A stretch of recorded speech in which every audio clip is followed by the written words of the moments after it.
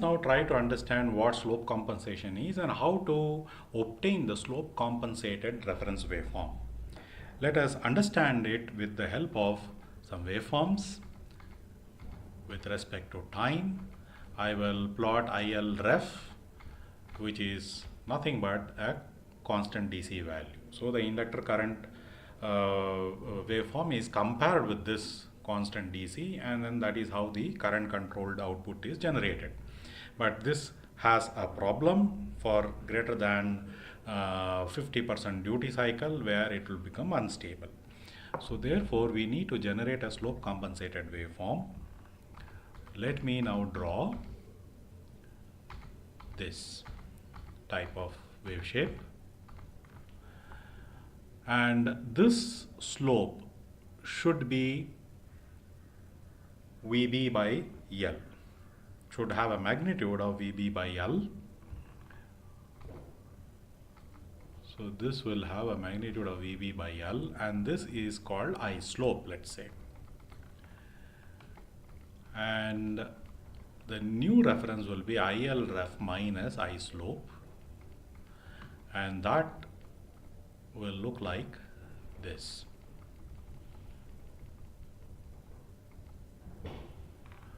So this will be the new current reference that we need to use for doing the current control. So the inductor current should get compared with this slope compensated current reference. So this will be the slope compensated reference that we will use. Now how do we get this wave shape where the slope is same as VB by L, that is the downslope of the inductor current waveform?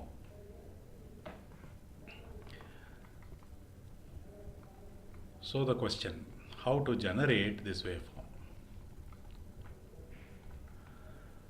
So if we look at the inductor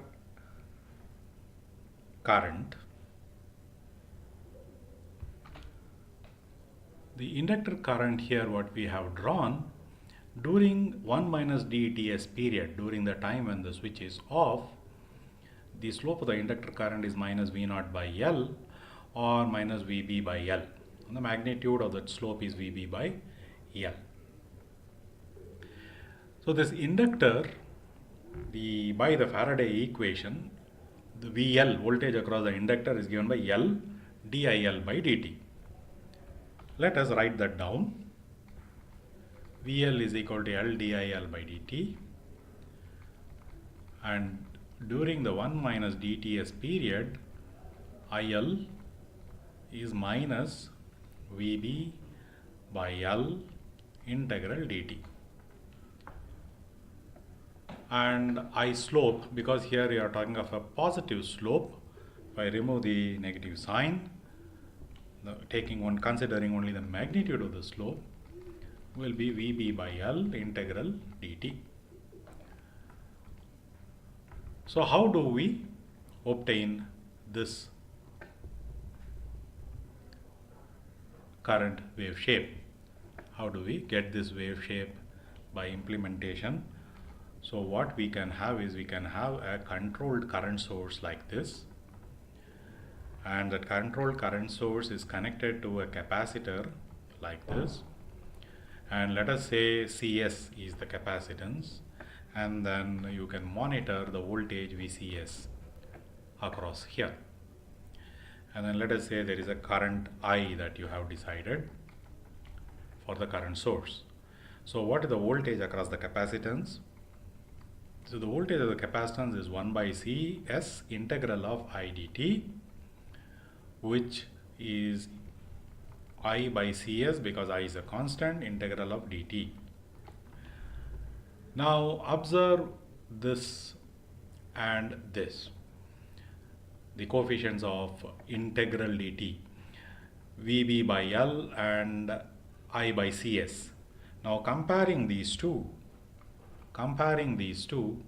we can write I as VB by L into CS. Now let us make I here VB by L into CS divided by CS into dt would be the voltage across this capacitance. So the voltage across this capacitance will follow in this wave shape. It's a voltage equivalent value of I slope will follow this wave shape with this exact slope VB by L, because CS will cancel. Now this is an integrator, and as long as the current here is constant, this will keep on integrating. It will not come down to zero. So there has to be a reset mechanism. So let us connect across this a switch. So the current source, I will set it at VB CS by L. Now I will connect a switch there across the capacitance and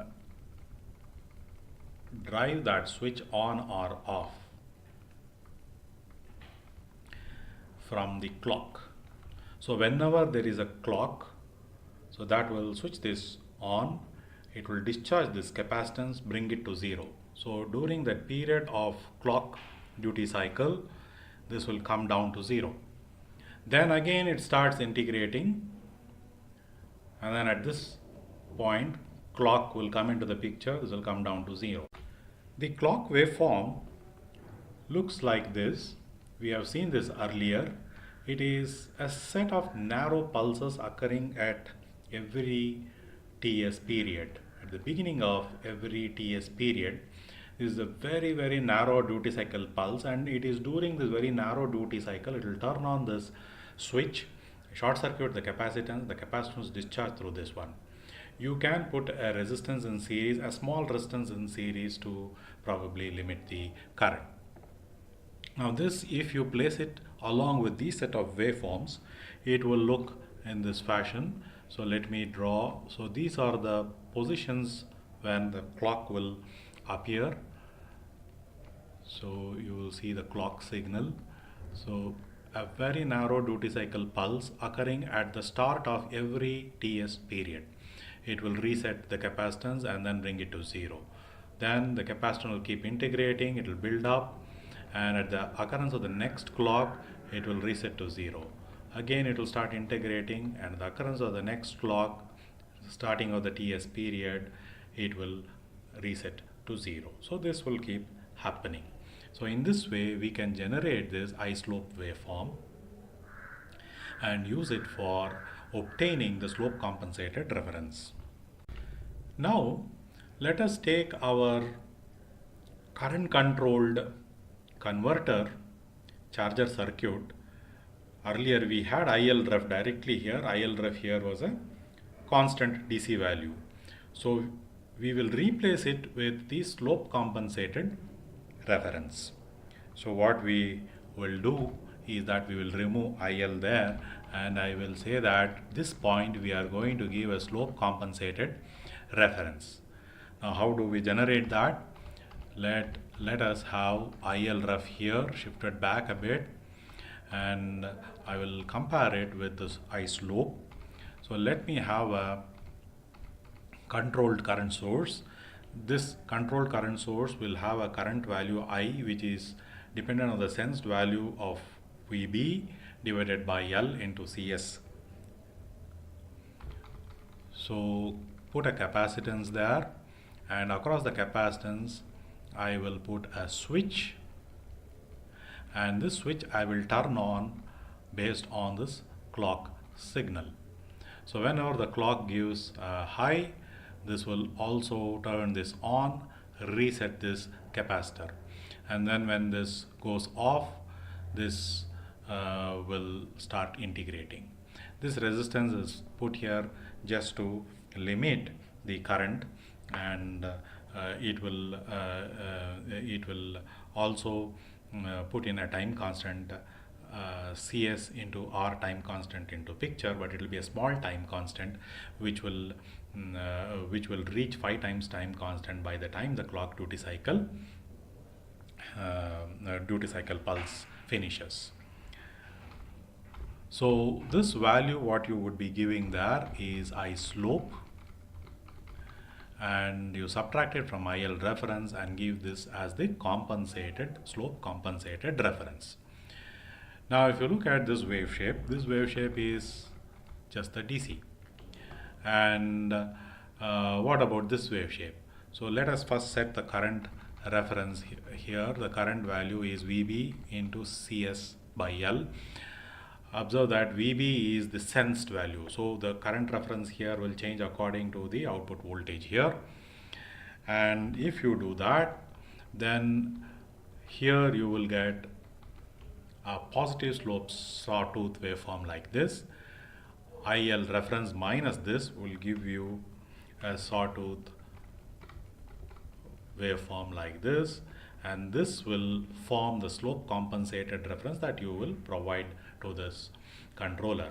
So now IL, whenever it is greater than this slope compensated value, then the error here will go negative and this will go positive and reset the flip SR latch. So this is how the slope compensated current controlled converter will work and charge the battery.